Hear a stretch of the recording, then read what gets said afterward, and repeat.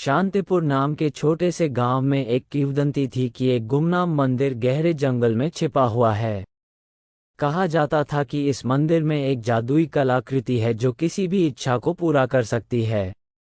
कई गांव वालों ने इसे खोजने की कोशिश की, लेकिन कोई सफल नहीं हुआ। उनमें एक युवा लड़का था जिसकी साहसिकता के लिए वह जाना जाता था। लड़के के पिता ने हमेशा उसे गुमनाम मंदिर और उसकी खजानों के बारे में कहानियां सुनाई थी। जैसे जैसे वो बड़ा हुआ, उसने मंदिर को खोजने का दृढ़ संकल्प किया। वो खुद को साबित करना और अपने परिवार को गर्वित करना चाहता था। एक धूप वाले सुबह उसने अपने अभियान की शुरुआत की।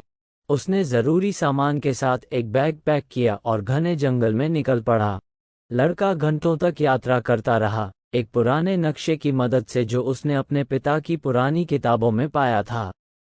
जंगल घना था और अजीब आवाजों से भरा हुआ था, लेकिन उसके दृढ़ संकल्प ने उसे आगे बढ़ने के लिए प्रेरित किया।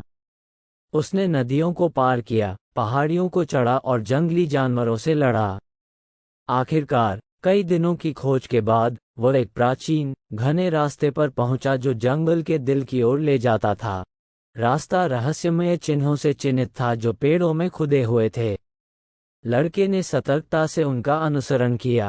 रास्ता उसे एक विशाल पत्थर के दरवाजे तक ले गया जो बेलों और काई से ढका हुआ था। लड़के ने दरवाजा खोला और एक अंधेरे गलियारे का खुलासा किया। दिल की धड़कन तेज करते हुए उसने अंदर कदम रखा। गलियारा एक भव्य हॉल में ले जाता था जिसमें ऊंचे कॉलम और सोने की मूर्तियां थीं। कमरे के केंद्र में एक पेडेस्टल पर एक चमकती हुई क्रिस्टल थी। लड़के की आंखें उत्साह से चमक उठी। ये जादुई कलाकृति होना चाहिए। जैसे ही लड़का पेडेस्टल के पास पहुंचा, उसने सुनील आवाज सुनी, सिर्फ योग्य व्यक्ति ही कलाकृति ले सकता है। अपनी योग्यता साबित करने के लिए आपको पहले 3 परीक्षणों को पार करना होगा। अचानक हॉल बदल गया। कमरा 3 अलग अलग क्षेत्रों में विभाजित हो गया, प्रत्येक के पास अपनी चुनौती थी। पहला परीक्षण एक दर्पणों से भरा भूल भुलैया था। लड़के को इसमें से बिना खोए निकलना था। उसने अपनी बुद्धि का उपयोग किया और अपने संवेदी संकेतों का पालन किया, मृत अंत से बचते हुए और बाहर निकलने का रास्ता खोजा। दूसरा परीक्षण एक बात करने वाली मूर्ति द्वारा दिया गया पहेली था। लड़के को आगे बढ़ने के लिए पहेली को हल करना था। सोच समझकर उत्तर देने के बाद मूर्ति हट गई और अंतिम परीक्षण को प्रकट किया। तीसरा परीक्षण सबसे कठिन था। लड़के को एक रस्सी के पुल से एक खड्ड को पार करना था। पुल पुराना और कमजोर था और एक गलत कदम उसे गहरी खाई में गिरा सकता था। लड़के ने गहरी सांस ली और सावधानीपूर्वक पार किया। प्रत्येक कदम उसकी हिम्मत की परीक्षा था। जैसे ही लड़का पुल के अंत तक पहुंचा, उसने देखा कि कलाकृति चमक रही थी।